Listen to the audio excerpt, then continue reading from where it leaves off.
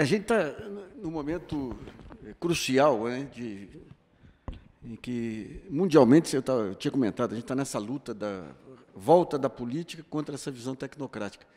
E à medida em que vai clareando essa questão, e essas eleições vão ser essenciais para clarear essa questão, você vê que já tem uma massa crítica de diagnósticos, de projetos, de leituras que voltarão à tona novamente assim que esse país recuperar o rumo, né? E eu queria convidar agora para a mesa o Nelson Hubner. O Nelson, vocês já conhecem aí, e eu conheço como um dos mais lúcidos técnicos e analistas aí do setor elétrico, que vai ter esse desafio de mostrar o que seria o sistema integrado, incluindo todas essas novas tecnologias. Nelson, obrigado aí por sua vida aí, então.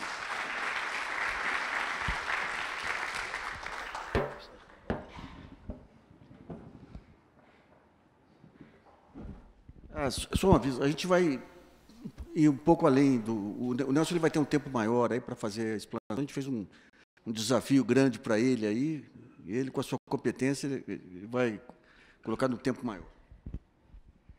Bom dia a todos. Um prazer estar de volta aqui nesse espaço aqui. Eu estive aqui há uns 2 anos atrás, sei lá, mais ou menos. Foi isso, Alexandre? Discutindo, inclusive, com os gerentes todos da CEMIG, sobre uma visão estratégica de onde eu deveria caminhar, e fico muito feliz até de ter chegado aqui no início e ouvindo o vice-presidente da CEMIG falando assim claramente, como é que ele usou a expressão dele, que ao invés de ter preconceito com a geração distribuída, a gente tem que entrar de cabeça nesse negócio. Porque eu me lembro que naquele evento aqui eu discuti o seguinte, que o pessoal da CEMIG tinha muita rejeição e falava assim, não, esse negócio de geração distribuída é muito ruim para a gente, porque isso vai fazer a gente perder mercado. Perder mercado. E eu ouvi aqui o vice-presidente da CEMIG e me deixa muito feliz, porque naquela época, eu usei essa expressão, escuta, perder mercado no sistema de distribuição, a CEMIG vai perder. Isso é inexorável, a tecnologia está aí e vai evoluir. Resta saber se a CEMIG quer perder esse mercado para os outros ou para ela mesma, porque tem mecanismo para fazer isso. Então, a opção dela é essa. Então, eu acho que a CEMIG tem um papel fundamental, ela como uma empresa estatal ainda e pública, eu vou explorar um pouquinho, na verdade eu tive que cortar um monte de coisa, que na hora que comecei a preparar, no final tinha quase 100 slides, falar 3 minutos cada um, dava 300 minutos, a gente tinha que ficar o seminário inteiro. Então, eu fiquei muito feliz de ver aqui, quer dizer, a CEMIG colocando isso, acho que ela tem que evoluir em muito mais coisas a esse respeito, para cumprir a função dela como empresa pública. Aliás, não é só a empresa estatal que deve exercer função pública no setor de energia. O setor de energia é um serviço público.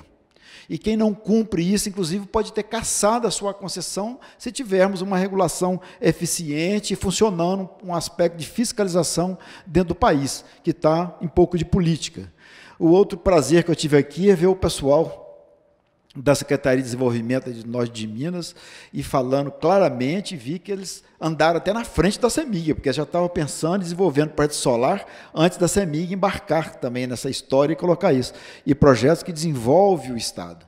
Daí a CEMIG está fazendo uma série, inclusive, de contratações de energia a partir de diversas fontes, só que eu tenho sugerido muito, inclusive da direção da CEMIG, que coloque nesses editais, primeiro, que no final que a CEMIG está contratando energia, então está sendo construído por outras empresas, mas que no final dos 20 anos que esse projeto se reverta para a CEMIG, porque eu acho que a CEMIG tem que ser dona de energia, ela tem que ser proprietária de energia para poder comercializar, e que no final isso vai ter valor residual praticamente nulo, que isso retorne para a CEMIG. É uma sugestão que eu tenho feito, conversei com o vice-presidente também, que ele vai trabalhar nisso aí, que ela tem que usar isso para exercer o seu papel. Quer dizer, a outra satisfação foi ver o Jocely falando aqui, quer dizer, a gente já tem participado muito aí, está nesse debate todo de operação da Eletrobras, porque desde que eu fui para o governo e atuei, eu lembro no início do governo, primeiro que o pessoal morria de medo do MAB, né? Então eu lembro que a gente tinha pouco tempo de ministério, e de repente chega um cara apavorado na minha sala, eu era chefe de gabinete da ministra, não, porque o pessoal do MAB está vindo todo aqui, está vindo para o ministério, vão chamar a polícia, não sei o que. Já, por que chamar a polícia?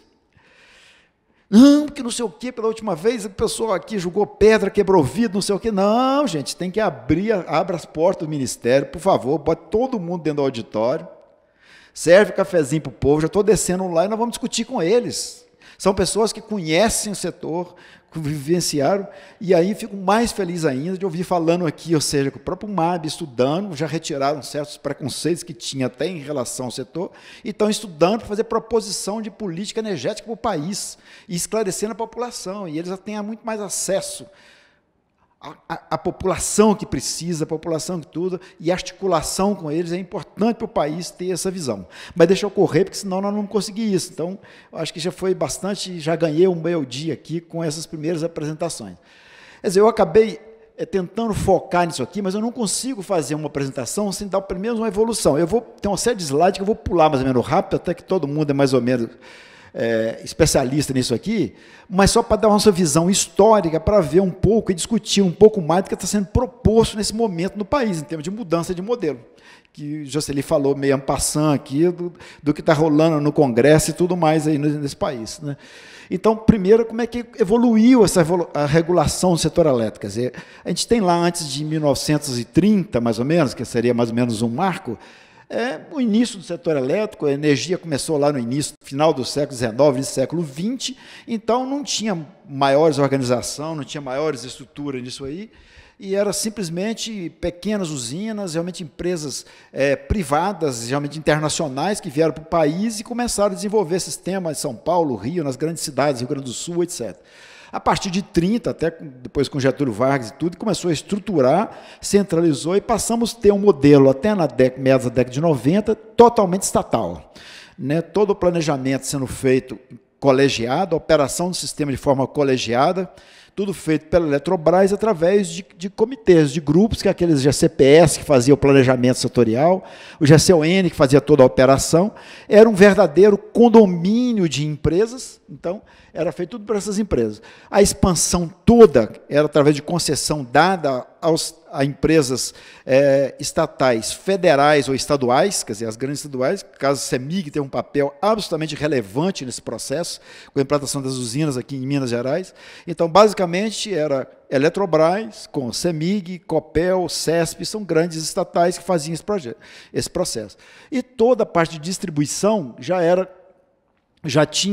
era coordenada por empresas também estatais, mas estaduais, também sob o controle do Estado, e era basicamente isso. A tarifa era equalizada e com remuneração garantida para a SRC. Esse era um desenho básico da regulação que a gente tinha, e não era no Brasil, isso era no mundo, não era diferente em lugar nenhum no mundo, como muitos países continuam até hoje, gente. Apesar, eu confesso que eu sou um pouco demodé, entendeu? Porque tem um monte de modernidade que se fica propondo aí, e eu vou fazer alguns comentários de algumas coisas que eu, de fato, não acredito. Eu acho que depois de um certo tempo, de uma certa idade também, a gente se dá o luxo, né, na CEF, de poder falar o que a gente pensa, mesmo podendo ser criticado, questionado, pois esse cara está parado no tempo, devia evoluir um pouquinho. Eu acho que a gente pode fazer um pouco isso, né? Então vamos ver isso aí. Aí veio, na década de 90, toda uma teoria econômica que embasou um movimento mesmo liberal pelo mundo. Que é? Essa teoria, quer dizer, baseada em algumas figuras fundamentais, aí, Stigler, Boltzmann, um monte de teóricos que, a pedido de alguns governos, em especial o governo americano e inglês, que desenvolveram toda uma teoria econômica no sentido de quê? De colocar, quer dizer, os agentes do setor de energia semelhante a qualquer agente econômico do setor, quer dizer, no sentido de gerar benefícios.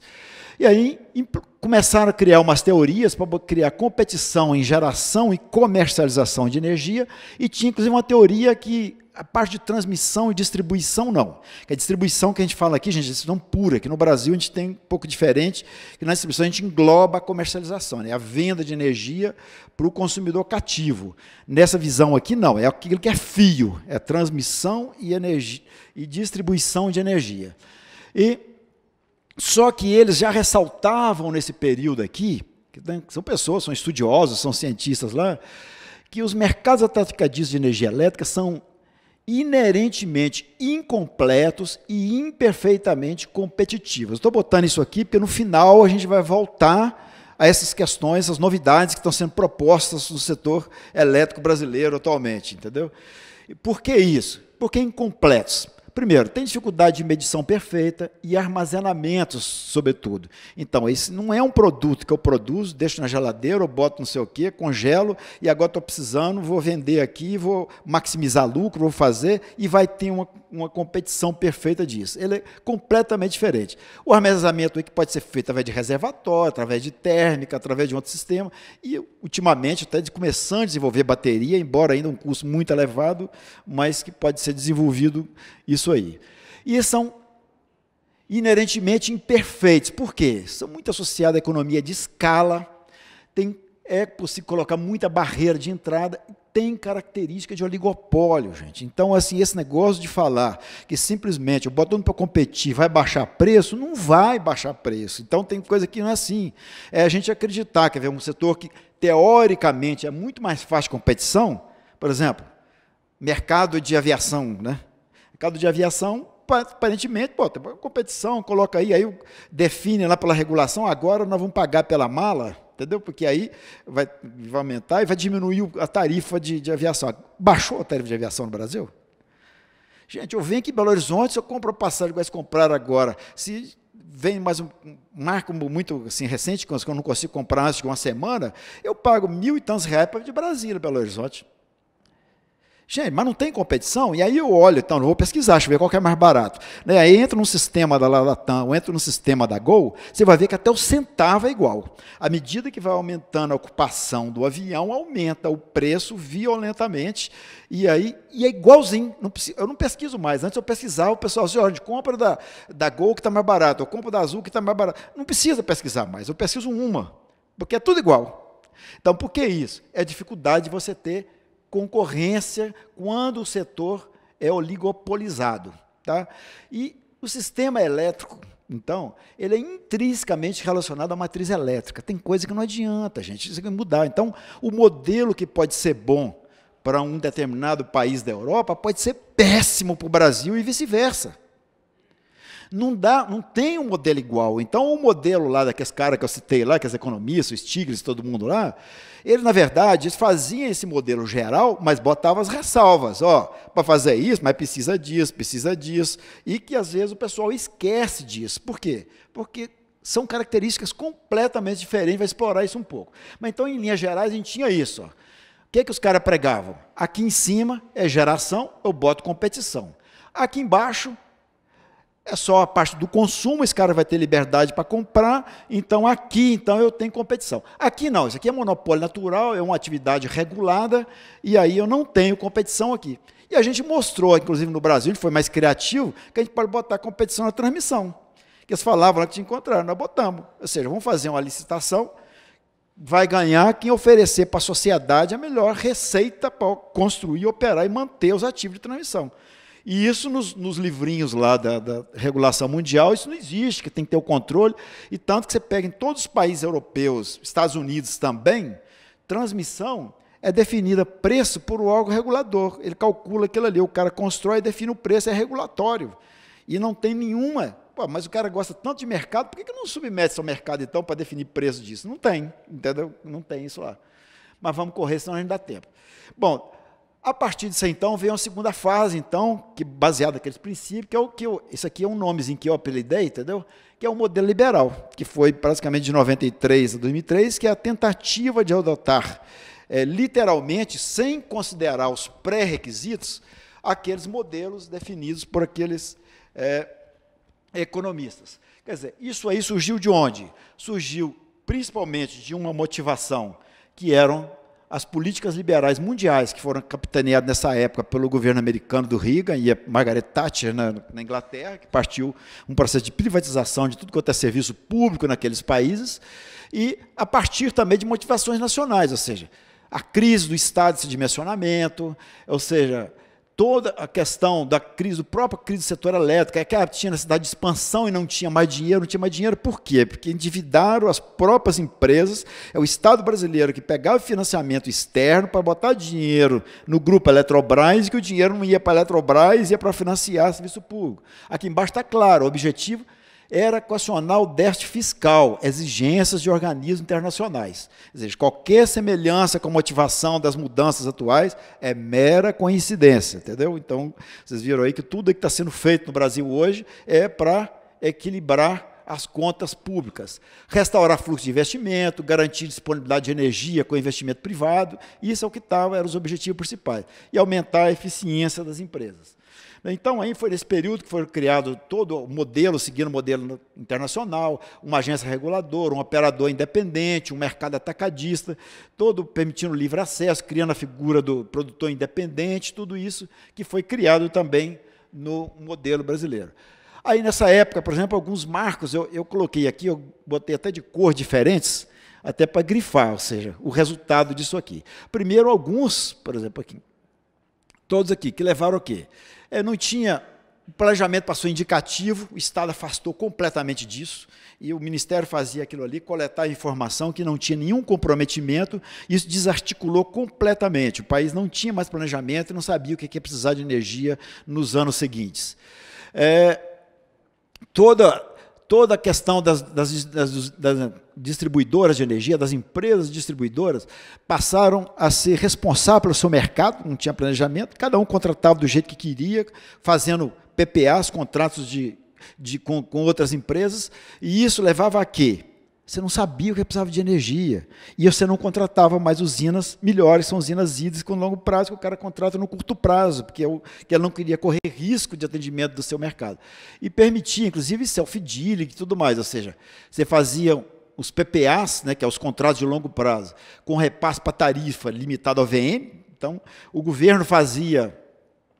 tinha a possibilidade também de self-dealing, isso aqui agora está sendo rediscutido de novo, ou seja, uma distribuidora podia contratar até 30% do seu mercado, contratando diretamente essa energia, inclusive de parte relacionada. E aí estão aqueles escândalos da Coelce, na CELP, que contrataram energia. O mesmo grupo, lá na Coelce, então, foi impressionante, que a pessoa que construiu a usina, que era no grupo Endesa na época, construiu uma usina térmica imensa lá, fez um contrato com a distribuidora, que é a Coelce, repassando todo o custo daquilo que era altíssimo naquela época, limitado ao todo VN, custava muito menos, mas pode passar o VN, não passar o VN. E aquilo ali não tiveram nenhum cuidado, gente. O que eu apanhei fazendo audiência pública no Ceará, quando foi discutir tarifa lá da Coelce, em cima dessas usinas, porque essas usinas estavam lá pagando uma nota, impactou violentamente a tarifa da Coelce, e aí, quando eu começava a discutir, gente, mas a regra é essa, isso nós já mudamos, já arrancamos isso do modelo, nós vamos ver aqui na frente, aqui, mas nós não podemos quebrar contrato, então isso aí vai ter que continuar. Aí os caras apertaram, porra, mas o contrato é assinado o seguinte, o mesmo cara que assinou pelo lado do vendedor, assinado pelo lado do comprador, o cara não tiveram nem assim a disfarçatez, vai assim, não, eu vou assinar, mas eu nasci fiel, somos da mesma empresa, mas eu vou assinar vendendo, ele vai assinar comprando. Pelo menos ficar mais bonitinho. Não, gente. Aí eles me mostraram isso lá, eu confesso, eu vou falar o quê? O mesmo cara assinou, o Nelson assinou vendendo, o Nelson assinou comprando. Era a regra, entendeu? Era a regra que tinha no país. E que levaram a quê?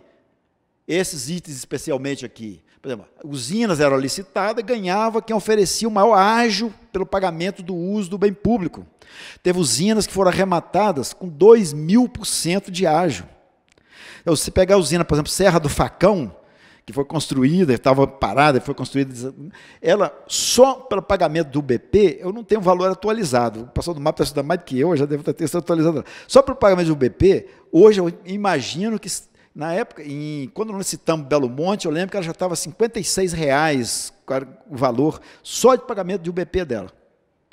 Ou seja, nós licitamos, por exemplo, usinas lá no norte, a própria usinas do Rio Madeira, toda a faixa de 70 e poucos reais megawatt-hora. Uma usina pagava 56 pelo uso de bem público. E isso vai para a tarifa, gente. É óbvio que isso aqui explode tudo quanto é tarifa aqui, né, nesse país. Bom, depois, com a crise, veio o apagão, tudo mais, tem que reformular. E o governo Lula veio, até por um governo que, se fizesse qualquer coisa mais radical, acho que derrubavam ele lá no início, aí foi muito cuidadoso e tinha uma diretriz. Primeiro, tinha que respeitar tudo quanto é contrato. Mas a base de acerto, não foi feito nenhum cavalo de pau, não foi feita mudança radical do modelo, nada. Foi feito ajustes buscando o quê? segurança no abastecimento, saindo de um apagão que atrasou o país violentamente. Para isso, precisava de ter uma estrutura melhor de planejamento e mercado, foi criada a EPF e tudo mais, e voltar para uma modicidade tarifária, porque estava explodindo a tarifa no país. Então, isso aí foi feito, e basicamente foi feito o quê? Primeiro, segurança energética, garantia de suprimento, obrigatoriedade de contratação de 100% de energia para as distribuidoras, elas são penalizadas se não tem isso aí contratado, né? Elas são obrigadas o tempo todo a permanecer 100% contratadas, e elas também, ou seja, elas que têm que saber a sua necessidade de energia e contratam em contrato de longo prazo. Tem laço, obrigatoriedade de laço físico para as usinas que são vendidas. Nós descobrimos em 2003, porque deu um problema de crise no Nordeste, que as usinas térmicas todas foram contratadas lá, que elas estavam contratadas, e na hora que precisou, no final de 2003, teve um problema de seca no Nordeste. Aí chamamos as usinas para despachar, e essas usinas mesmo que eu citei aqui, agora vai despachar, usina de 300 mega, quanto que deu? 30. Ah, gente, despacha a usina, estou precisando de energia. No outro dia, não, amanhã vai despachar 35, não despachava. Aí fomos discutir que descobri que tinha um monte de usina que tinha gasoduto, mas não tinha gás. Outros tinham gás, mas não tinha gasoduto. E estavam vendidas, a população pagando. E aí tivemos que fazer todo um mapeamento disso aí para colocar. E passou a botar em lei a obrigatoriedade do lastro, né? Todinho aí, você dá essa energia. Você tem que ter lastro físico, você não pode vender aqui no mercado. Um monitoramento constante e mantém o modelo de expansão de transmissão. Por que manteve? A gente achava que estava correto, ou seja, a transmissão já, naquela primeira mudança que teve lá na década de 90, ela já fazia, contratava já a transmissão pela menor receita. Nós queremos isso, queremos reduzir tarifa no Brasil, então isso aí continuou sendo feito. Tá? Então o fato é que é o seguinte, os próximos meses visando modicidade tarifária. Primeiro, transmissão, leilões com menor RAP, contratações de energia para a distribuidora, tudo só através de leilões públicos. As distribuidoras, então, elas não têm nenhum poder nos leilões, ou seja, elas declaram, e é um documento que tem penalidade sobre elas, a consequência, que é a sua necessidade de energia, e a gente faz o leilão, e ela não sabe nem de quem que vai receber energia, só dá garantia de contratar. Acaba o leilão, contrata, faz os contratos todos e dá a condição de financiamento, que é o cara chegar lá em qualquer banco, no BNDES, está aqui, eu tenho os contratos por longo prazo, então eu tenho condição de financiar essas usinas. E leilão separado, porque tinha a questão das usinas antigas, não vão tratar na frente, e a proibição de self-dealing, gente, que isso era um absurdo isso. E aí está lá no Congresso Nacional, um monte de emendas, já passou todo o TMP que tem lá, entra de novo, que é aquelas tais usinas que eu citei aí, que foram na época, fizeram os PPTs, Programa Prioritário de Térmica, fizeram uns contratos, a Petrobras fazendo os contratos de gás, e era reajustado com dólar, com tudo quanto é coisa, com inflação, não sei mais o quê, e de repente, nesse período turbulento da história nacional, a Petrobras se desinteressou por esse contrato, disse, não vou fornecer mais gás para isso aqui não. Aí como? Aí as empresas ficaram sem o gás, essas térmicas lá. E aí tem todo MP que passa no Congresso tem umas propostas de emendas, que os deputados são muito sensíveis, né, gente, a essas questões. Entendeu? Umas propostas de emendas levadas pelos donos dessas usinas, aonde eles falam o seguinte, que a Petrobras fala assim, gente, as empresas correram para a Petrobras, não, você não pode cortar meu gás, não. Se quiser, a gente fornece o gás, mas o preço é outro. Nós vamos negociar aqui. E botou um preço absurdo nesse preço do gás. E aí isso impacta violentamente a tarifa. E essas propostas de emenda estão lá de novo, nós conseguimos derrubar umas, né, com um movimento lá dentro do Congresso, estão lá de novo, repassa para os consumidores, em especial Pernambuco e Ceará, todo o custo novo do gás e até a exposição ao mercado de curto prazo. Não tem nem mais risco para essas usinas. Estão lá sendo discutido no Congresso Nacional. Então, proibimos essa figura do tal do self-dealing. Né? Ainda, aí veio, quer dizer, já estava chegando próximo então, a partir de 2013, foi outra modificação, que foi feita em 2012, que é a famosa MP 579, que eu sei que o setor inteiro xinga muito a gente ter feito isso aí, e que eu assumo integralmente a responsabilidade pela parte que me toca de ter sugerido muita coisa nessa medida provisória. Tem muita coisa que a gente propôs um pouquinho diferente, fazer um pouquinho diferente, mas a gente vai discutir um pouquinho isso aqui. O que é isso? Motivação é que a gente tinha que definir o que ia fazer com as usinas. Você tinha um volume grande de usinas, que foram todas ganharam a concessão de mais 20 anos a partir de 95, então quase tudo vencia em 2015, que estava basicamente na mão das nossas empresas estatais, CEMIG e o Grupo Eletrobras, CESP e algumas da Copel tinha pouco, mas tinha essas usinas, e que vencia em 2015 as concessões. Na legislação não tratava nada disso. Simplesmente ia acabar as concessões. E não tinha nenhum mecanismo de renovação. E na frente a gente vai citar isso aqui. Também a gente queria tratar de uma incoerência que a gente tinha, que eu confesso que eu tinha detectado isso quando a gente estava discutindo o modelo 2004, só que não tinha naquele momento espaço político para aprofundar mais essas questões, que era incoerência, ou seja, eu tinha um grupo de usinas velhas, antigas, amortizadas, completamente amortizadas, mas funcionando tudo bonitinho, que era vendida em leilões de energia velha, ou seja, no final do ano, para completar o mercado, vendia essa energia. Ora, se eu faço isso, o preço da energia é preço de mercado, é preço de oportunidade. Se eu estou num período de alguma escassez ou um período ruim de água, o preço da energia vai na estratosfera, vão vender, comprar ela caro para caramba. E aí, o que estava acontecendo? Eu estava comprando essa energia velha mais caro do que eu fazer uma usina nova, como Belo Monte, Santo Antônio em geral, que eu comprei a 70, 71, até uma que bateu um recorde, R$56 megawatt-hora. Né? Nós compramos Telespires para tudo, com todo o risco do cara de construir a usina, fazer tudo lá bonitinho, pagando R$56. E aí eu estava pagando pela energia velha em torno de R$100. E se ela entrasse nessa crise agora, na energia velha, e agora eu estou comprando. Você citou aí, teve um leilão para tentar ajustar o mercado da distribuidora, compraram R$270 energia velha. E o consumidor está pagando e não sabe por que está aumentando a tarifa. A culpa diz que foi da 579, entendeu? A gente vai mostrar isso aqui. Então, os principais vetores, primeiro, a gente queria renovar, mas aqui é o objetivo.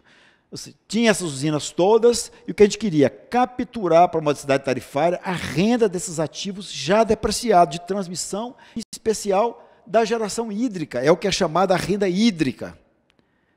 E isso aí parece que a gente cometeu um crime, a gente discutia isso publicamente, falava isso tudo. Gente, eu não sei como é que vai ser o modelo, muito antes de ter a MP 579, mas eu tenho certeza que a gente vai ter que capturar por isso aí.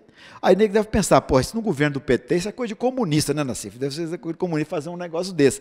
Então a gente vai discutir mais na frente um pouquinho aí como é que esses países todos fazem isso aqui, né? Então, uma coisa podia ter sido diferente da 579, podia ter sido feita uma transição, acho que facilitar para algumas empresas, ou seja, não implantando aquilo tudo de uma vez, podia ter feito, mas tinha alguns problemas, por exemplo, que essas energias velhas, em 2012, 2013, estava vencendo um volume imenso dessa tal energia velha. Ou seja, tinha 12 mil megawatts médios vencendo no primeiro ano, mais uns 6 mil megawatts médios vencendo no segundo. Então, se eu adiasse, quer dizer, a redução da 579, isso é a única coisa que eu aceitei um pouco disso aí, que eu queria fazer a transição, até para dar tempo para a Eletrobras se preparar para isso, que ela era quem mais ia fornecer energia em forma de cota nisso aqui. E ela deveria ser preparada para isso. Mas aí tinha um problema, que aqui eu já perderia esse impacto de toda essa energia velha que estava vencendo em 2012, 2013. E tinha uma pressão muito grande sobre o próprio governo de quê? De reduzir custos de energia no país. O setor industrial seria mobilizado, a Fiesp todo dia na mídia e tudo mais. Tá? Primeiro, a energia de cota para determinados setores industriais. A gente podia ter fornecido isso, a gente discutiu isso lá e acabou se decidir por outros fatores, não colocar isso naquele momento. Eu acho que a gente tem que, e podemos fazer isso, e consertar isso aqui, e melhorar, e dar condição de indústrias devidamente escolhidas, ou seja, que seja estratégico para o país, de receber uma energia mais barata.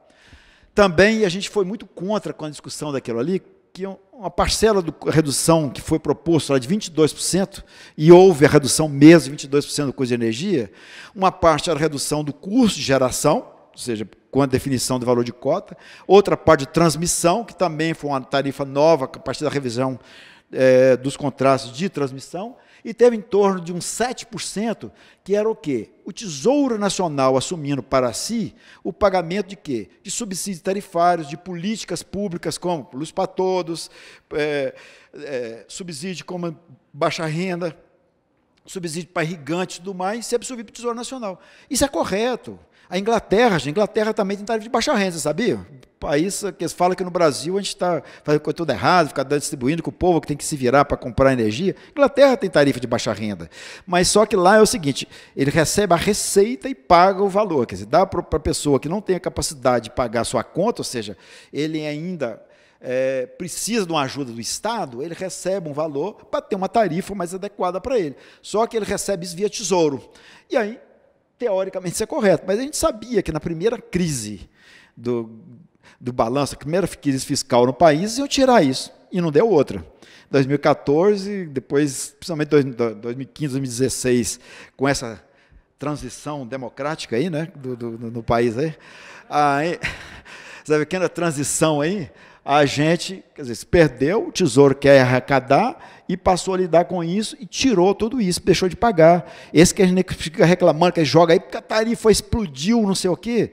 O Tesouro deixou de colocar, que colocava na Natal da Conta de Desenvolvimento Energético, em 2014, 14 bilhões de reais, que era a parcela que ele assumiu, que seria a cobertura desse subsídio tarifário que ele deixou de colocar aí nesse período.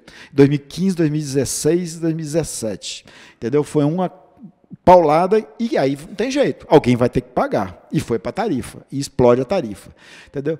Também a gente discutiu isso aqui, a gente propôs na época, que podia ficar uma parcela da energia com as geradoras. Entendeu? Ou seja, em vez de colocar a totalidade em cota, ficasse 20% ou 30% da energia com as geradoras. E isso, inclusive, foi feito, uma MP 688, só que ela foi um desastre. Elas foram mais ou menos para consertar o que a gente fez de errado e que, na verdade, permitiu, ou seja, tá bom, eu vou igual para as usinas da CEMIG, que nós não tinha renovado, elas vão ser vendidas, mas aí você vai ficar com 30% da energia e vai pagar um bônus da outorga. E nós vamos mostrar o que significou esse bônus de outorga. Bom, mas nós vamos entrar numa discussão, então, aqui mais teórica disso aqui. O que foi feito, então, no Brasil é muito diferente de outros países com recursos hídricos? Será que nós estamos inventando demais aqui, fizemos tanta bobagem assim nesse negócio tal da 579? Bom, primeiro vamos ver isso aqui. Primeiro, vamos lá. Qual que é o padrão, então, dos países que têm muita geração hídrica? Então, os países que têm mais geração hídrica no mundo são um pouco aqui. Ó. Em termos de geração, a China, em termos de volume, né, embora proporcionalmente, seja na sua matriz, seja pouco significativa, a base deles lá ainda é carvão, né? O Brasil, por exemplo, e também eu botei até essa outra coluna aqui assim, para ver, porque você pega o Brasil e aqui, a gente tem menos do que o Canadá, tá vendo? Tem menos que o Canadá. Mas se pegar em 2016, nós já temos mais. Se pegasse em 2011, que determinados anos, você pega 2011, foi o último ano antes de entrar nessa crise hídrica maluca que a gente está passando aí. 2011, 92% da energia consumida no Brasil foi de fonte hídrica. Aqui em 2014 foi 60%. Ué, mas diminuiu a capacidade instalada? Não, gente. O que nós estamos vivenciando aí, que está aumentando o preço de energia e tudo, que estamos vivendo uma crise hídrica sem precedentes na história do país. E isso aumenta custo, tem geração térmica, tem não sei o quê, que temos que ter outro tratamento para essa questão. Tal disposição de GSF, discutir isso. Mas aqui só para ver os países, e aí eu comecei a analisar uns deles. Índia e Rússia eu deixei de fora, porque é muito confuso o mercado lá, eu não consegui entender direito. Aí eu fui estudar os outros. Primeiro a China. Aí a China a gente não perde muito tempo, né, gente? Você sabe que a China é um país comunista, lá é tudo do Estado, o Estado que faz tudo, as empresas... É um país muito antiquado, né, gente? Então, aí a gente faz esse treco. Então, vamos deixar para lá. Vamos ver os outros. Aí peguei a Noruega. Os noruegueses são muito interessantes, porque os noruegueses, acho que foi o primeiro país, eles desenvolveram muito tempo, eles começaram a desenvolver usinas hídricas lá no final do século XIX, e descobriram muito rapidamente uma coisa que parece que até hoje a gente não descobriu direito, você viu, Nassif, que é o seguinte, usina hídrica, depois que você paga ela, o custo de energia é quase zero, é barato demais, entendeu? E aí o que os noruegueses fizeram? Que eu botei em inglês aqui, vocês me desculpem aqui, porque eu quis arrancar da internet, deixar a fonte, porque eles acham que a gente pode inventar essas histórias, né? Mas a gente não inventa, não. Então, o que os noruegueses fizeram lá? Que é o parlamento norueguês, lá é chamado de Storting, não sei por que chama isso, não. Mas ele logo descobriu essa vantagem da energia hídrica e logo modificou as suas leis, tá? Em 1909, e desde lá não modificaram mais, está lá valendo até hoje, e aonde eles definiram o quê? Que a propriedade de todas as fontes hídricas retorna para o Estado quando termina a concessão. Volta tudo para o Estado. Então tá bom, meu filho, você desenvolve, faz tudo, ganha concessão, ganhou o seu dinheiro, não sei mais o quê, agora devolve para a gente. Isso permite que hoje mais de 90% de toda a energia da Noruega está na mão do país, né, do Estado, dos municípios, está tudo na mão do Estado. Gente, é óbvio que a Noruega pode ser tão antiquado como a China, mas cheira assim meio antiquado, né? Tá certo que é um dos maiores em desenvolvimento humano do mundo, muito desenvolvido, mas tem essas coisas atrasadas, né, Nassif? Olha aí, que coisa mais chata, né? Esse trago todo aí. Bom, aí a gente foi para o Canadá, eu fui tentar entender o Canadá foi um dos países, talvez o país não, uma província do Canadá em especial, que a gente estudou um pouco quando a gente estava estudando o que fazer com as nossas energias que estavam vencendo as concessões em 2015. E aí eu busquei até agora recentemente, eu joguei até aqui para dar uma olhadinha na matriz do Canadá, que tem muita semelhança com o Brasil, olha aqui.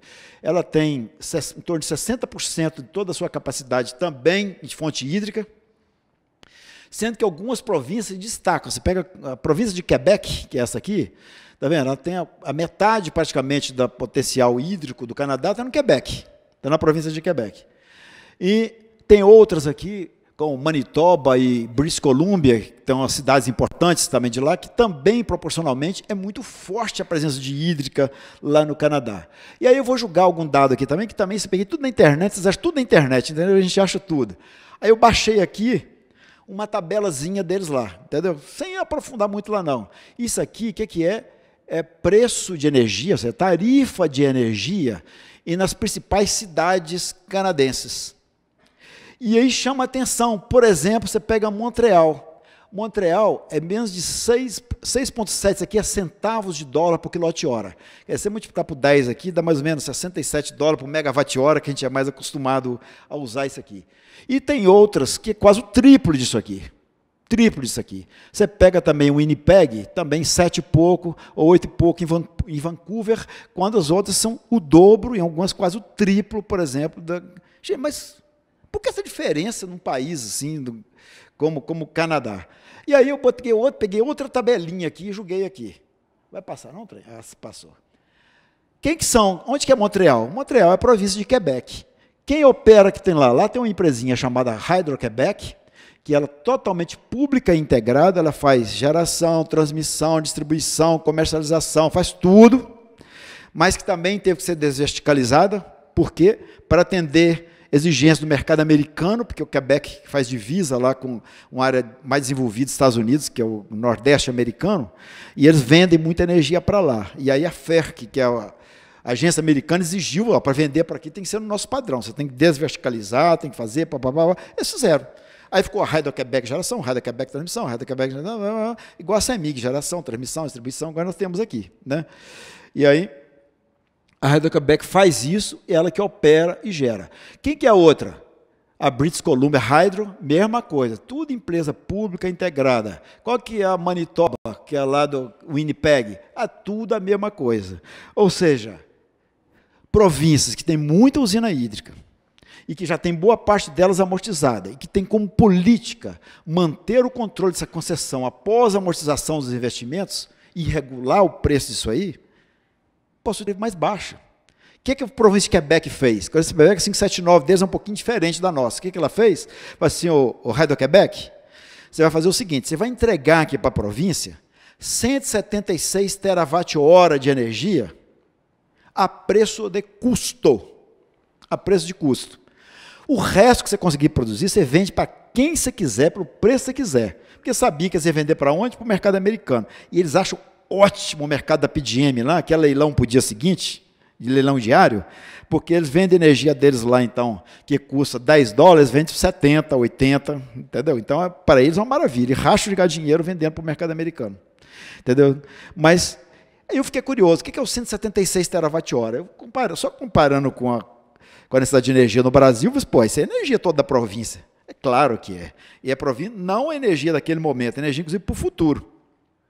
Ou seja, de muitos anos para frente, eles têm garantida na província energia a preço de custo e que fazem política industrial, oferece política, energia mais barata à população e industrial. Você vê que naquela primeira tabela lá, tem uma coluna lá, que inclusive para grandes indústrias. E atrai indústria, inclusive brasileira. entendeu? Para essa energia. Eu vou contar a historinha da indústria brasileira, que é mineira, que agora mesmo aqui. Né? E aí, bom, opa, deixa eu voltar aqui. Aí eu vou para os Estados Unidos, quer dizer, a gente não perde tempo com a China, não devia perder com os Estados Unidos. Né? Porque se na China tudo estatal, nos Estados Unidos tudo privado, não é mesmo, gente? Né? Eu falei isso lá no Congresso, os deputados me olharam assim, todo mundo fez assim. Gente, mas não é tanto assim não, né, gente? Nos Estados Unidos, 73% das usinas hídricas dele está tudo na mão do Estado, sendo que mais ou menos um terço aqui, ó, quer dizer, quase a metade dessas usinas hídricas grandes deles aqui, são controladas, operadas por essa figura aqui, o USACE. Sabe o que é isso aí? É o Corpo de Engenheiros do Exército Americano. Isso é segurança nacional. Não tem usina grande na mão de empresa privada. O que tem aqui, esses 27% aqui, são pequenas usinas de bombeamento, usinas de irrigação, que se permite colocar na mão do povo para vender demanda, vender ponta. O que interessa para eles está tudo na mão do Estado. Vem cá, mas lá não é tudo mercado? Não é tudo vendendo no preço de mercado? Não, é as térmicas, é outra coisa lá. Essa aqui, não. Essa aqui está tudo na mão do Estado. E aí que eu falei, o que eles fazem política? Quando eu estava ainda na ANEEL, eu recebi uma visita de uma empresa aqui de Minas Gerais que queria desenvolver uma planta de silício, desenvolvimento de silício em grau eletrônico no Brasil. E aí, mas o que você não faz? Não, o preço da energia aqui não dá, o preço está alto, E a gente, quando está lá, a gente sempre desconfia também, que chega muito empresário que fala um monte de balela para a gente, e às vezes meio papo furado, e que não é nada daquilo, né? E a gente, que é mineiro, logo vai trucando, né? Aí o cara, mas por que isso? Mas energia é isso aqui. Não, mas eu tenho proposta para ir para fora do Brasil e um preço muito mais barato. Aí na mesma hora, a gente que já trucou, né? E o cara fala isso de novo, a gente bota logo 6 mil, né? Então, peraí, garanto que você deve ter proposta ou da Arábia Saudita, porque lá qualquer lugar que fura não acha água, mas acha gás, acha petróleo, então é baratinha a energia lá. Ou da Islândia, né, gente? Islândia é um país gozado mesmo, né? Você vê que a seleção da Islândia fez sucesso na Copa lá, com uma populaçãozinha desse tamanhozinho, não tem ninguém lá, e aquela porcaria daquele país é cheio de geyser. Então você vê que você pega lá aquele negócio cheio de neve e o povo nadando naquelas águas, quando a água é tudo quente, né? A água é tudo quente.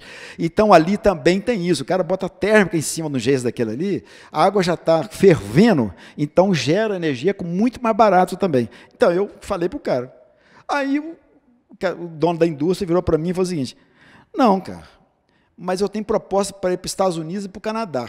Aí a gente, assim, acho que eu estou sendo meio arrogante, é melhor eu conversar direito com esse cara, né? Aí você, mesmo assim, a gente ainda desconfia. Mas você me mostra essas propostas? Eu falei para ele, a gente vai fundo, né? A gente vai testando o cara. Ele falou assim, o negócio é o seguinte, eu ainda estou com um contrato de confidencialidade com os dois países, mas eu trago aqui para você na ANEEL, você pode botar os seus técnicos com você aqui na sala, vocês analisam o contrato e vê se é sério. E ele fez isso. Passou uns 15 dias, ele voltou lá na ANEEL, me abriu os contratos, e eu fui lá e ver, rapaz, não é que o cara tem mesmo? Aí que eu comecei a estudar esse negócio. Por que esse cara tem a proposta baratas aqui? Sabe de onde que eram as propostas deles? Província de Quebec, no Canadá, é essa energia baratinha da MP579 deles. E no Vale do Tennessee, Estados Unidos, que é onde tem muitas usinas grandes hídricas, todas sob controle do Estado, e que oferece energia e faz política de desenvolvimento. Aí passa um tempo, eu saí da ANEEL, fiz uma consultoria até para a BDI, né, Agência Brasileira de Desenvolvimento Industrial, que queria energia de cota para a indústria, fiz um estudo lá para eles, como é que a gente podia fazer isso. Quando eu estou lá, ele falou assim, o ministro vai receber uma indústria aqui mineira, quer discutir aqui sobre negócio de energia, e queria saber se você podia participar junto com ele. Eu falei, posso, eu estou aqui e tal. Eu fui lá participar. Quando eu chego lá, dou de testa com quem? Com os companheiros da indústria mineira aqui. Que é uma... Aí... vocês aqui de novo, logo brincando com os caras, vocês aqui de novo, não sei o quê, não sei o quê, não sei o quê. Sabe o que eles foram fazer lá? Foram mostrar para o ministro do Desenvolvimento, Indústria e Comércio do Brasil, ele passou lá um filmezinho de um telejornal regional americano, mostrando o lançamento da pedra fundamental da indústria de desenvolvimento de silício lá nos Estados Unidos. E agora nós vamos comprar placa fotovoltaica deles aqui, né, que eles vão desenvolver lá para poder desenvolver a indústria aqui no Brasil. A indústria daqui de Minas Gerais. Entendeu? É de doer, né? Mas por quê? Por isso. E a gente não pode fazer, né? Diz que a gente está fazendo subsídio para a indústria. Ou seja, até os Estados Unidos, né? Que tanto defende esse tal de papel de mercado, mas não abre mão das suas usinas, minha gente. Isso aí é política. E aí, Joseli tem toda a razão, gente. É política. Isso tem que ser feito, entendeu? Bom, mas só para fechar 579, se não houvesse ela, primeiro, todas as concessões venceriam em 2016, ou seja, a Eletrobras e a CEMIG ficaria sem todas as suas usinas, todas, que seriam licitadas nas condições que foram licitadas as usinas da CEMIG, que eu vou mostrar aqui, que é um escândalo, gente. E eu não vejo ninguém ficar com vergonha de fazer um negócio desse, isso que me assusta em um negócio desse aqui. Bom, todo retorno para a União teria que ser licitado e com as condições seriam dadas pelo poder concedente. Entendeu? Então, isso... E o que aconteceria? Então, aí, depois desse tempo aí, fizeram algumas modificações do 579, que é esse negócio do pagamento do bônus de outorga. Vamos ver a consequência desse negócio? Vamos pegar aqui as nossas usinas da CEMIG, que assim... Eu não fico falando isso em público, que parece que é falando com uma coisa meio politiqueira, mas eu concordo integralmente. Eu estava lá no governo, quando o pessoal da CEMIG foi discutir com a gente lá sobre renovar as condições da 579, que era optativa, e que eles vinham negociando, inclusive, com a gente lá no Ministério, o presidente da CEMIG, junto com seus diretores. Mas eu quero um pouquinho isso, faz parte do negócio. E que, de repente, por acaso, houve uma reunião com um grande senador de Minas Gerais, lá no Congresso Nacional, com os governadores do PSDB do Brasil, que foi Minas, São Paulo, Paraná, todos eles reuniram, e no dia seguinte, todos procuraram o Ministério desses 3 estados, dizendo que não fariam a renovação das usinas pela 579. A conta vem depois, né? Você citou bem aqui, né? Então, não fizeram isso. Bom, mas eu peguei esse exemplo aqui, ó. Essa parte branquinha aqui, ó, isso aqui foi que o governo publicou como grande sucesso do leilão dele. O resto é amarelinho aí, eu fiz por minha conta, tá? O que é? São a venda das usinas da CEMIG, como ele já falou aqui, que o governo pediu um outorga que é em torno de 11 bilhões, mas ele arrecadou mais de 12 bilhões, valor oferecido, né? 12 bilhões de reais. Para quem? Para o Tesouro Nacional, né? Ou seja, pagando isso aqui. Tá? E aí, o valor do ágio. Aí eu calculei isso aqui, ó. Quanto que está custando isso aqui em termos de reais por megawatt, ou seja, reais por capacidade instalada dessas usinas. Eu fiz só essa continha aqui, dividi isso aqui por isso aqui, tá? E coloquei nessa coluna aqui. E aí eu resolvi botar um exemplo aqui de Belo Monte. Belo Monte é uma usina de 11 mil megawatts e que eu fico também, outra coisa que me assusta no país, é determinados conhecimentos até dos nossos órgãos, Tribunal de colocou em jornal de circulação nacional que um processo de corrupção lá dentro de Belo Monte, levantou lebre sobre isso aí, que Belo Monte, que tem uma série de amigos meus que estão gastando dinheiro que tem e que não tem para se defender junto ao Tribunal de Contas da União, sendo acusado de corrupção porque tiraram muito dinheiro de Belo Monte para dar para os políticos todos aí no Brasil. Aí eu fiz uma continha rápida quando o TCU colocou aqui, 33 bilhões de reais, naquela época estava fácil de fazer a conta, porque o dólar estava R$3. Bom, 33 dividido por 3, 11 bilhões de dólares. Pô, aí ficou mais fácil de fazer a conta. 11 bilhões de dólares, se tem 11 mil megawatts instalado, dá $1.000.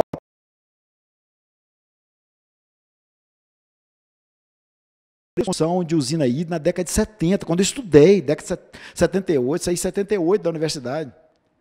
Era o registro que a gente tinha.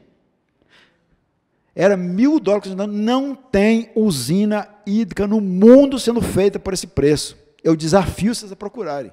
Eu fiz questão de buscar na internet quanto que é o preço de referência hoje dos livros americanos lá que a gente estudava na década de 70. Hoje o preço lá é de 4 a 6 mil dólares, algumas chegam a 10 mil dólares por quilowatt instalado. Belo Monte custando 1.000. Gente, se esses caras estão conseguindo fazer aquela usina por $1.000 por quilowatt instalado, o preço da energia foi definido lá, que é R$ 78 por megawatt-hora, está garantido para a sociedade brasileira. E esses caras já conseguiram dar dinheiro para a política, sinceramente, você tem que dar parabéns para os caras, porque não é possível um negócio desse. Isso aí não pode, não foi dinheiro para o bolso de ninguém, não é possível que o cara ainda fez isso ainda, porque a sociedade brasileira está garantida com o preço da energia barata, E esse cara vai olhar o quê com preço da energia? Eu acho que se eu tivesse como ministro do Tribunal de Contas, um técnico brilhante, tivesse que eu estou aqui investigando, está vendo que o cara aumentou, que o preço do cimento aqui, não sei o quê, tem um sobrepreço nisso, naquilo, naquilo. Meu filho, vem cá, vamos fazer uma conta rápida aqui. Eu faria essa conta que eu fiz aqui. Eu falei assim, meu filho, vai cuidar de outra coisa.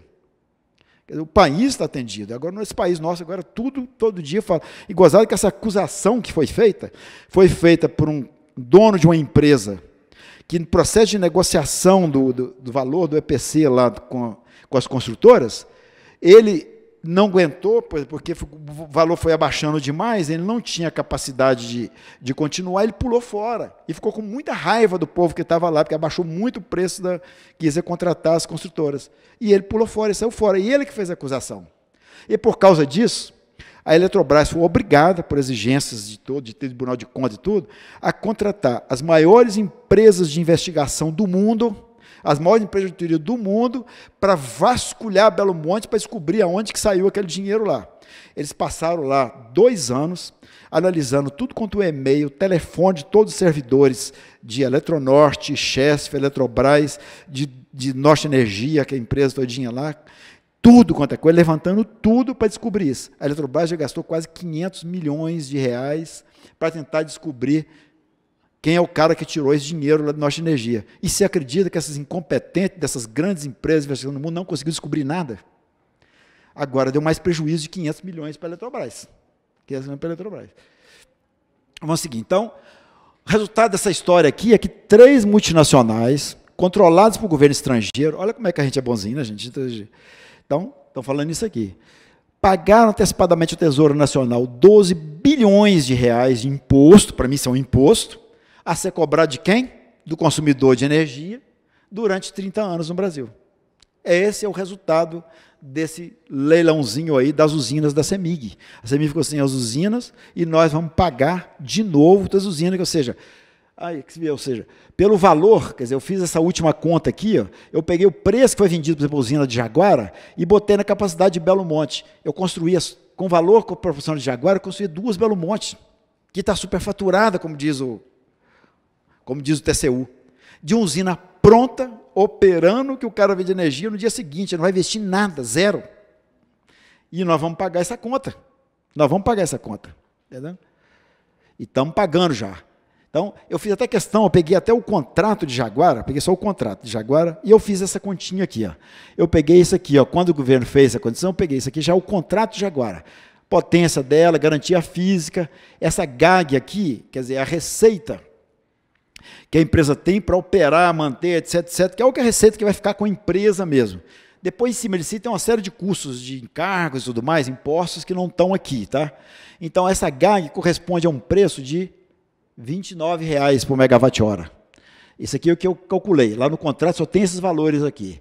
E tem uma tal de RBO, que é? É a receita do bônus de outorga, que é exatamente para pagar aquela continha que vai para o Tesouro, quanto que fica isso? É 78. Então, a energia de Jaguara, que podia ser oferecida pela sociedade por um custo de R$ 29,45 pela cota, está sendo oferecida a 107, mais os impostos alocados em cima. Então, hoje eu não sei quanto é o valor certinho dela não, mas deve estar uns 130, 140 reais. 130, 140 reais. É isso aí que aconteceu com essa mudança lá, quando mudaram a 579. E aí, só para ter um exemplo, ou seja, isso aí é o preço final com bônus, ou seja, uma energia que podia ser R$ 30 para a sociedade, estão pagando R$ 78 para o Tesouro e R$ 107 estão pagando o preço final dela, fora os encargos. Só mais uns exemplos, essas 3 usinas, por exemplo, aqui foram renovadas para 579. Então, o preço delas são esses aqui, ó. R$ 39, 45, 54 reais, são usinas de Furnas, sistema Eletrobras, e todas ali, e Paulo Afonso, que é da Chesf. Essas aqui foram renovadas desse novo modelo aí de pagamento de bônus, de outorga. Olha os valores dessas usinas aqui. E aí o cara vai pregar que a 579 aumentou o custo de energia no Brasil, e agora estão fazendo as mudanças para melhorar e não aumentar o custo de energia no Brasil. Gente, ou eu não sei mais como é que faz conta, ou uma coisa eu não entendo mais, estou ficando antiquado mesmo, né? Estou ficando bem técnica, né, gente? Com a conta meio difícil de fazer, né? Então, isso é muito impressionante. E aí vem uma proposta, isso aqui é que me assusta, né? Ou seja, você combina um processo de venda da Eletrobras com um propósito de mudança de modelo, e eu acho que isso aqui, o novíssimo modelo que foi gestado do Ministério, que os caras ficaram lá, num governo, né, que não tenha nenhuma, quer dizer, nunca foi sujeito a nenhum voto, nunca foi submetido a uma proposta de que queria fazer com o país para ninguém, né? Não teve um referendo popular, chega lá, toma o governo por um golpe parlamentar, chega lá e em 3 meses descobre que vai fazer uma transformação, que vai modernizar isso tudo, porque está muito atrasado esse modelo nosso. Esse modelo nosso tem modelo computacional que define preço, você acredita nisso ainda, Dacif? Aí então os caras dizem, não, tem que mudar isso tudo. E aí o que eles fazem? Eles retomam lá, by the book, lá, aquele modelo que eu botei lá no início, aquelas competição lá, não sei o quê, papapá, mercado de energia, não sei mais o quê, tá?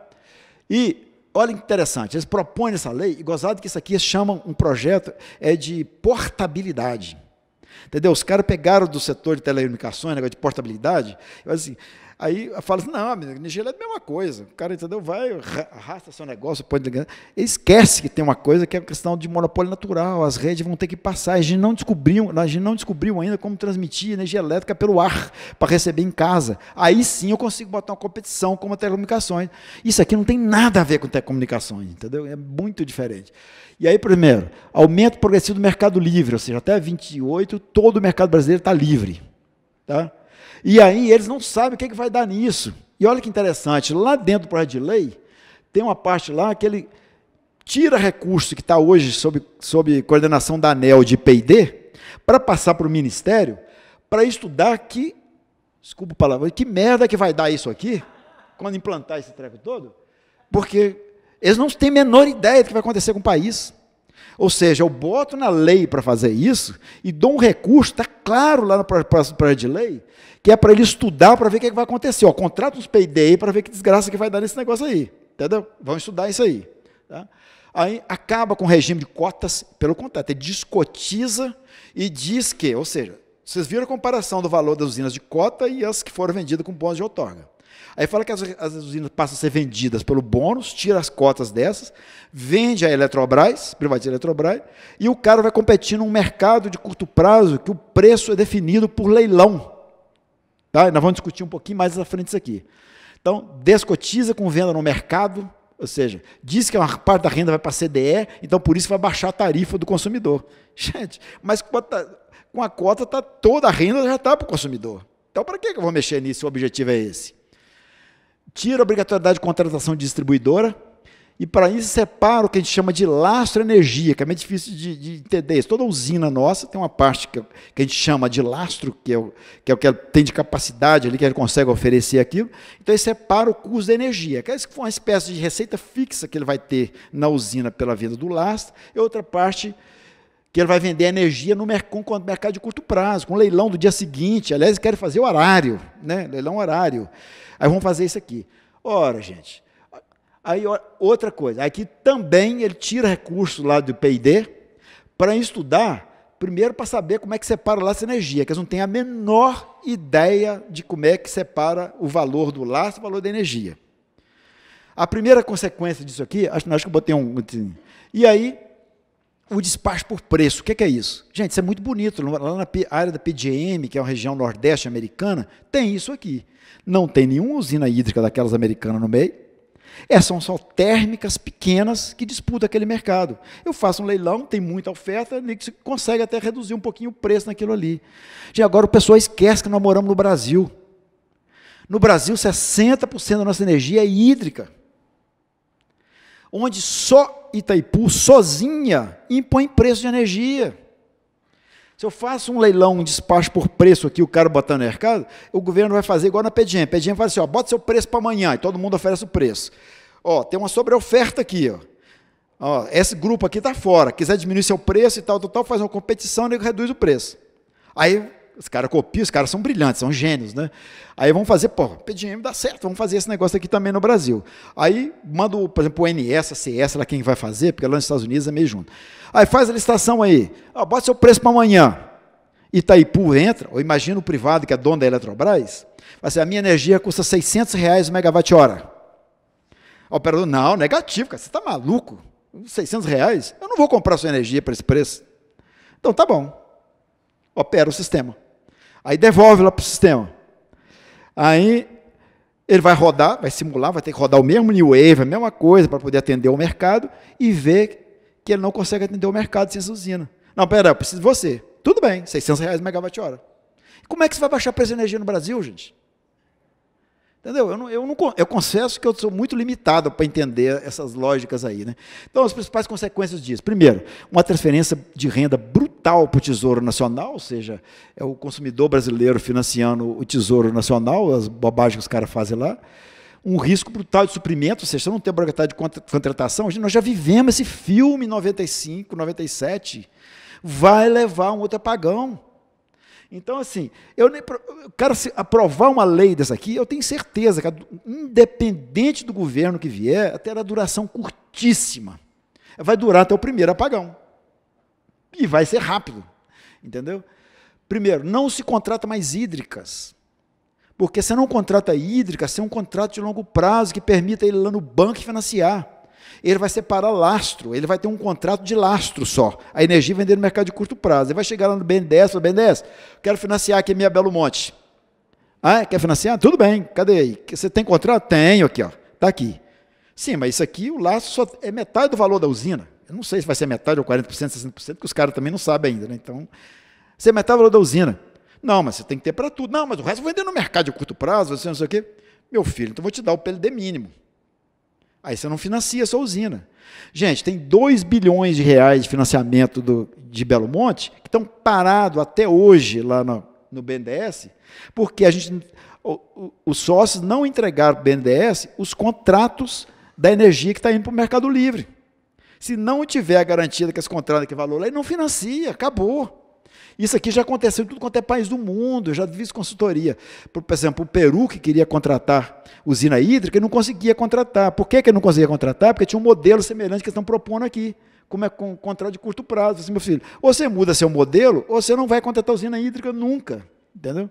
E acaba com a otimização do recurso hídrico, isso que é muito mais grave, acaba com a MRE, acaba com tudo. Porque o cara que vai decidir quanto que ele vai despachar. Só que as usinas estão todas na cadeia, né? Estão todas na cadeia. Então, isso para mim não existe. Bom, mas qual que é a tendência? Vamos ver se termina, senão canso demais vocês, né? Primeiro, assim, nós estamos vivenciando, nossa geração vai ter uma transformação que nós não vivenciamos isso ainda, em todos esses últimos, pelo menos 300 anos, transformação tão drástica no mundo, que é realmente um ocaso da economia do carbono. Nós estamos caminhando para isso. Ou seja, já estamos vivenciando um crescimento brutal de fontes renováveis, mas no Brasil até agora, que já é muito significativa nas nossas eólicas, mas agora está chegando inclusive a hora do solar. Me assusta a velocidade com que está reduzindo esses custos. Você mostrou muito bem aqui, naquele leilão que esperava 350, 0,215, agora 215, outro dia o cara queria que eu ajudasse, e ele queria mudar um projeto que ele tinha, que ganhou um leilão de usina térmica Cavaco de Madeira, que ele tem uma receita fixa de uns R$200 e tinha mais um custo variável de uns 140, 150, quando ele gerasse, ele queria mudar para solar. Você escuta? Para você tentar mudar isso aqui, ele queria que eu ajudasse a conversar lá na ANEEL, convencer os técnicos. Primeiro é o seguinte, você abre mão do seu custo variável, fica só com a sua receita fixa, que se a ANEEL não enxergar que vai ter ganho para a sociedade, ela não vai fazer. Sabe o que ele virou para mim?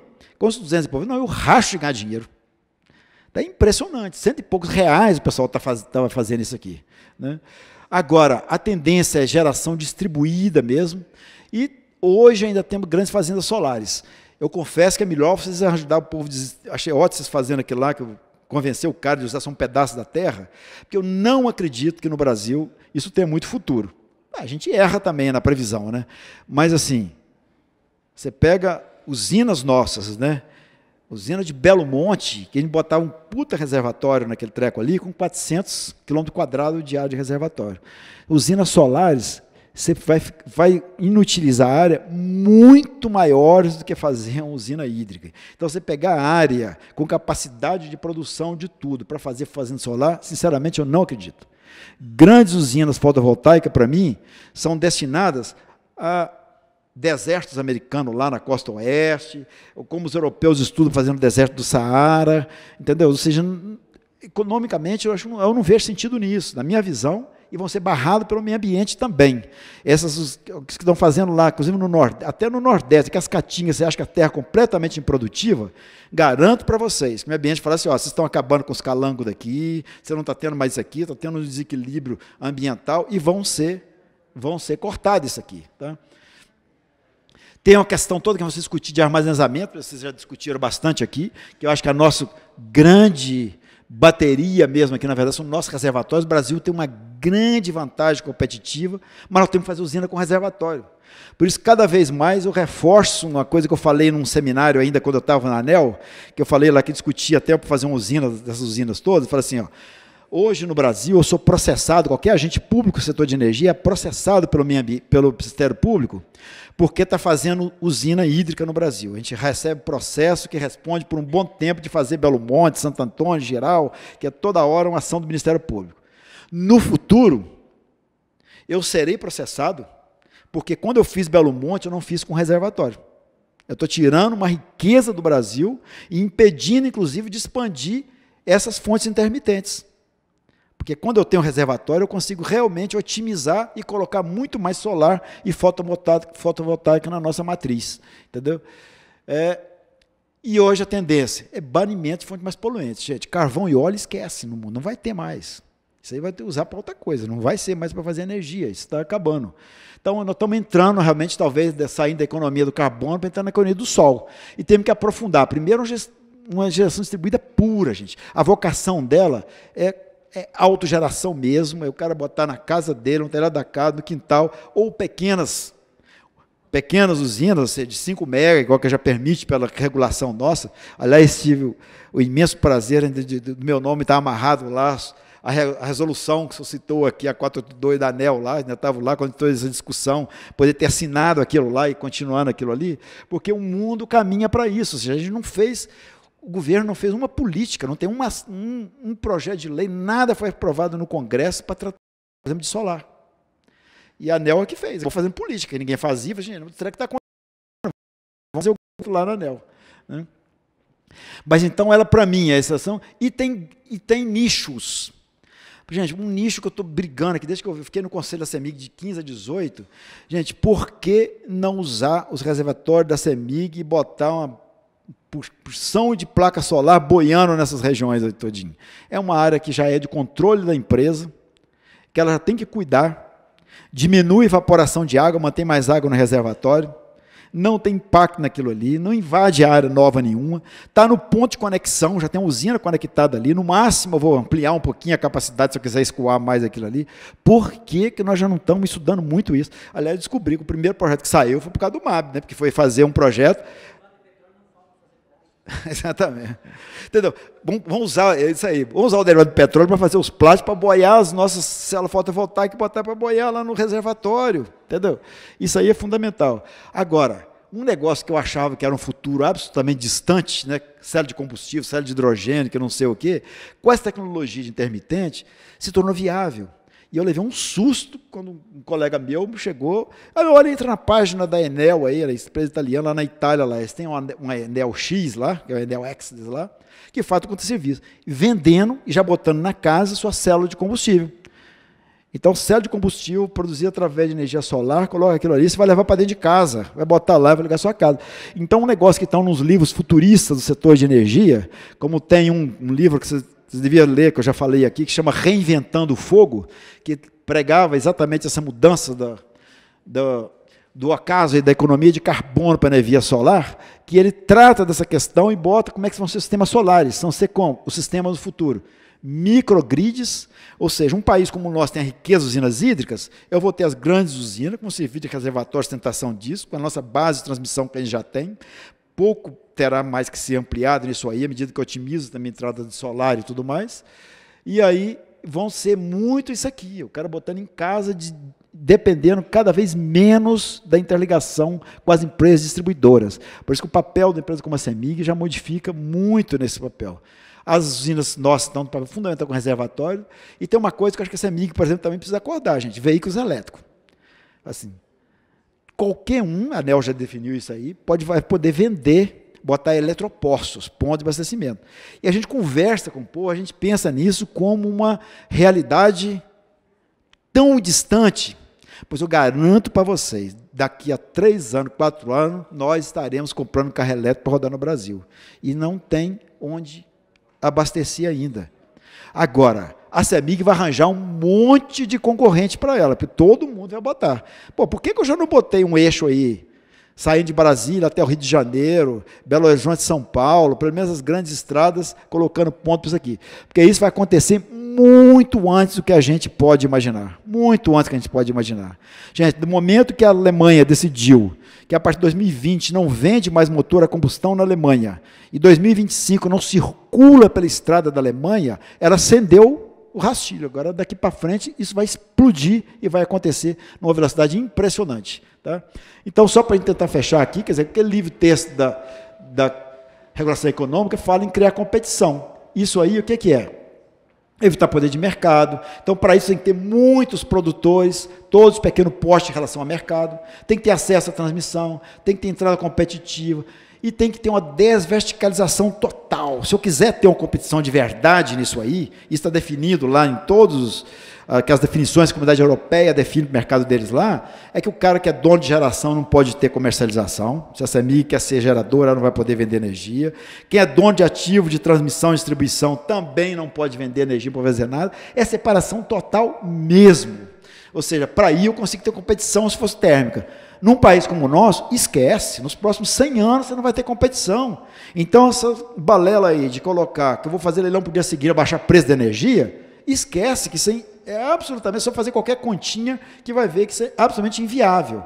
Então, por isso que eu faço assim, faz mesmo sentido ter despacho de usina por preço horário no Brasil?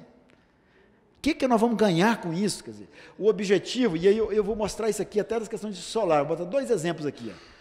Europeu, Alemanha. Alemanha você tem preço horário de energia, e é definido, é BID de preço.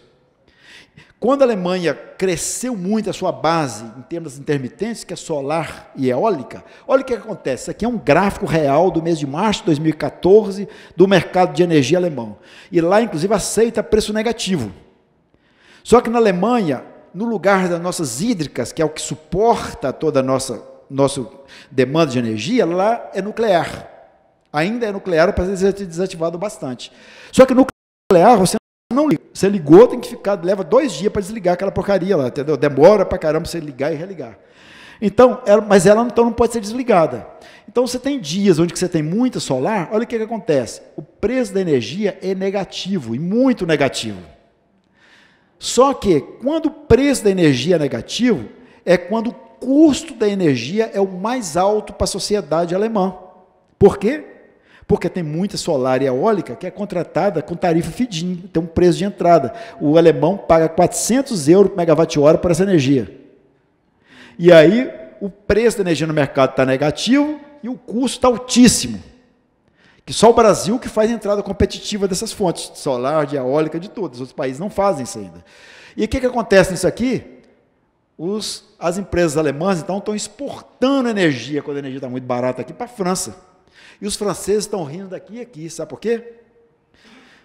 O consumidor de energia alemão está subsidiando o consumidor francês, vendendo energia barata para eles, e na hora da ponta, a usina nuclear deles, que vendeu o preço negativo, obviamente tem que recuperar esse preço. Então ela bota um preço muito mais alto no horário de ponta, quando não tem mais sol, para poder recuperar o que ela perdeu de dia. E qual o ganho que tem para a sociedade nisso?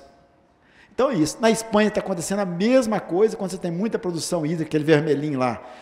Quer dizer, quando o preço, a geração, são com essas energias, que a gente chama que elas são insensíveis ao preço. A usina solar não vai gerar mais porque o preço está alto no mercado. Ela vai gerar porque tem sol. O custo variável dela é 0. A usina eólica não vai gerar mais em determinado horário porque o preço está alto. O exemplo de Alemanha e Espanha já está mostrando isso, eles têm muito. Ela gera porque tem vento, gera porque tem sol. E nós otimizamos isso com as nossas usinas hídricas. Então, você falar que o mercado vai definir preço, isso é uma estupidez para esse cenário que a gente caminha, de um crescimento dessas fontes intermitentes e um pesado ainda, uma pesada participação da fonte hídrica na nossa matriz. Essa energia não adianta, nós estamos vivendo essa preço de energia maluco no Brasil, não é porque não tem capacidade hídrica, é porque não tem água. Então, está tendo que gerar com térmica, fazendo isso tudo. Então, por isso que eu falei, ou seja, quando a gente pensa, então, numa regulação do setor elétrico, em vez de ficar criando assim, não, está essa moda, lá na PDM, dá certo tudo. Primeiro, quero saber o que eu quero buscar como política energética, aquilo que você colocou bem aqui, né? Ou seja, o que eu quero com a política energética de regulação? Eu quero reduzir preço de energia para um setor específico ou não? Eu quero dar competitividade à indústria? Eu quero garantir segurança energética? Eu quero simplesmente permitir ganhos para agentes que atuam no setor, atrair gente privada. Então, eu tenho que definir o que eu quero, isso é política. A partir daí, se quiser, eu ajudo, eu desenvolvo qualquer política que vocês quiserem. Mas é isso, eu gostaria só de deixar essas indagações para a gente continuar discutindo e não aceitar tudo que estão colocando aí como verdade absoluta, que a gente pode ver que tem elementos para contestar isso aí. Muito bom, pessoal. Bom, nós tivemos um dia extremamente enriquecedor hoje aí, e num momento em que eu acho que o Brasil ele começa a dar aquele modelo de eficientismo, de tecnocratismo furado aí que dominou nos últimos anos, ele começa a ceder. Eu acho que o conjunto de ideias levantadas aqui, isso aí vai ser colocado em vídeo, vai ser divulgado tudo, vai ser muito importante para uma rediscussão, uma retomada de uma discussão correta aí do setor energético. Queria agradecer muito ao Nelson, agradecer aos demais palestrantes que enriqueceram demais o debate, e aos senhores aí, e dar por encerrado esse evento. Muito obrigado.